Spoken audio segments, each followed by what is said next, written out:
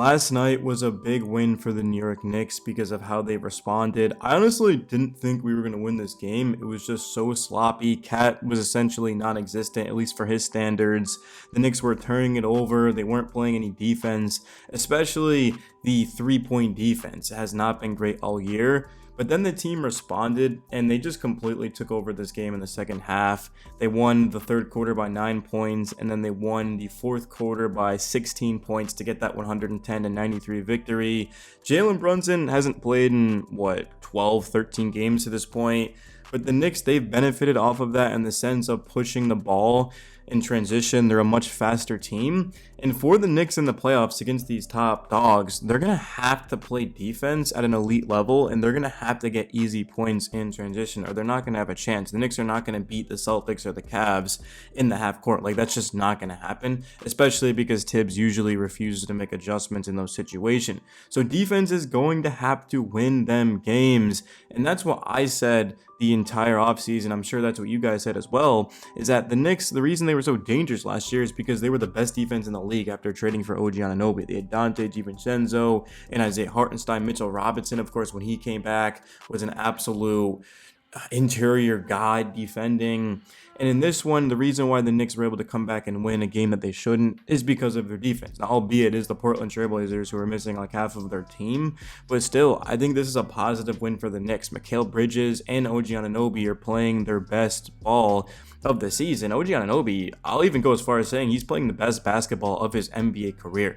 He is showing why the Knicks gave him the biggest contract in franchise history. He had 28 points, 2 blocks, 3 steals, 7 boards, 2 assists, made all 4 of his free throws. The other night, he was 10 of 10, 11 of 16 from the field, 2 of 5 from 3. I mean, OG was pretty much perfect in this game.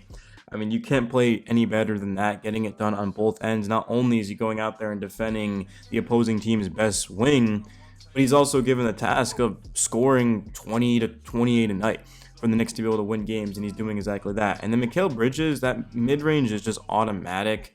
Those are the type of shots that I want to see in the playoffs too, because sometimes the Knicks can be a little bit trigger happy from 3, but there's nothing wrong with just going in and taking a 15, a 17 footer from Bridges too, especially with how high of a percentage he's shooting. I wouldn't be surprised if Bridges has the highest percentage mid-range in the NBA. Maybe he's third or something like that, but he's got to be up there. This guy just he's got to be shooting over 50%. If anybody has that number, let me know on that. I would say it's probably 55 to 60, closer to that range. Like, that's how automatic it is. He was a plus 14, which for the starters was a game high. But I do want to actually go in. We'll talk about Josh Hart though, and then I want to get into the bench because the bench was phenomenal. This is one of the best bench performances the Knicks have gotten all year.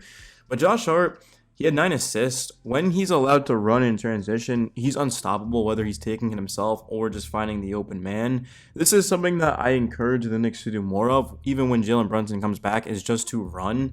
Because, again, when the Knicks are just in half court letting teams set up their defense, well, the Celtics are elite defensively. The Cavs, I don't have the number, but they're probably elite defensively. I mean, they're the best team in the league. So these teams, the Knicks, they can't just sit in the half court and let them switch everything because they've got the defenders to do that. They've got to play defense and then get out and get layups too. Because when you've got Mikal and Hart and even Jalen Brunson who can pass, can finish around the basket, when these guys are running, teams aren't set, they're not going to be able to stop the Knicks. That's when talent comes into play.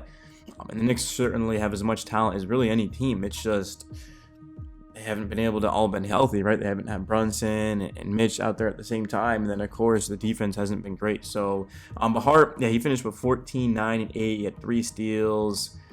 Did have a +4, 4 personal fouls. But I thought Hart just, in that second half, got going. And he's just been a walking triple-double or flirting with it this whole year. But the bench, Precious Achiuwa, wanted to definitely give him a shout-out. 11 minutes, 10 points, 2 rebounds. Achiuwa, at one point, was 5 of 5 from the field. He was playing good defense, too. Wasn't -2. That's the thing about Achiuwa, is he just really couldn't have played much better, and he still was a -2. The Knicks are losing when he's out there this season. He's been one of the worst guys on the team in the sense of that. So you can kind of see why too, as Achiuwa has lost at times. But the Knicks are going to need him to continue to play well. Every single man matters to this point. I don't know how many guys the Knicks will use in their playoff rotation, but if they can stretch it to 10, Even, I mean, that would be huge. And normally the Knicks are going to play 6, 7 guys, but I don't think that's ever going to win. I'd love to see Tibbs go down in the rotation and just trust his bench too. Mitchell Robinson ended up being a plus 19 in 14 minutes. He had 4 boards, 2 assists, 2 points, 2 blocks. Mitch looked great out there. He's getting better and better every single game.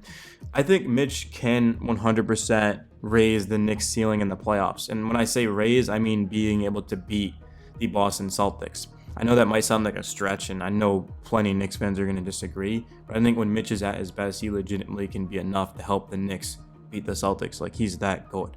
He's absolutely that good. He can win you games. Like, Mitch can win. We can look back, if let's say the Knicks win in 7, we can look back and be like, 2 of those wins were because of Mitchell Robinson alone. Like, I think Mitch is that good. Again, when he's healthy, and he is right now.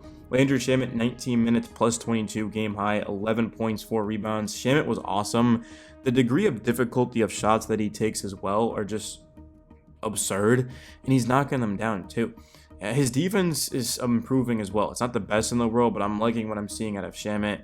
And then Tyler Kolek, 14 minutes, 3 assists, 2 boards, did not score, but was a plus 9. Kolek's actually looked good. The offense just flows much better with him out there. The thing with Kolek is that he's not even looking at the basket more often than not. So, and he even said himself yesterday, is that he's got to be more aggressive and look for a shot. So once Kolek does that, I mean, wow. I mean, he's going to be a special piece off of the Knicks bench. Bacom Dadier came in the last like 52 seconds or whatever of the game, and that was it. No campaign, no Deuce McBride, obviously no Jalen Brunson. And the Knicks, I mean, they ended up playing 4 guys off of their bench. I'm impressed. I'm impressed too, and they played 11 plus minutes. It wasn't like, oh, 3 minutes from this guy. No, like the bench actually played, and they played well too. Everyone on the bench outside of Precious was a plus, and even Achua being a -2, you'll live with that. If the Knicks bench even was all -2, like that's, the starters are so good to the point where you kind of can live with that. But if they're giving you productive minutes, that's when the Knicks can be extremely dangerous. But in terms of the standings, the Knicks are the 3rd seed as they have been all year. They are not going to give that up. So it's going to be, well, first of all, I can't just be like, it's going to be Boston, New York in the 2nd round. The Knicks have to get out of the 1st round. Milwaukee, if they get Dame back, absolutely could upset us. I don't think they will, though. Like, Giannis could average 35 and 12 and 7 assists, and I still don't even think that would be enough for them to beat us. Like, I don't think the Bucks are that great. We just beat them in Milwaukee, obviously. No Dame, no Bobby Portis, no Brunson, so I think it's pretty fair, and the Knicks got that done. In terms of who the Knicks play next, that's going to be tomorrow at home against the Philadelphia 76ers. This is actually a big game because Quentin Grimes, so the way he's playing, the Knicks are going to get their first look at him since he's been red hot. I miss Grimes. I miss IQ. In a perfect world, we'd still have them, but if that were the case, then we would not have, of course, OG Anunoby.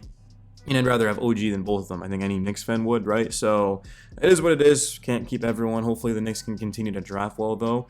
And then Wednesday, that's right, we play the Cavs on Wednesday.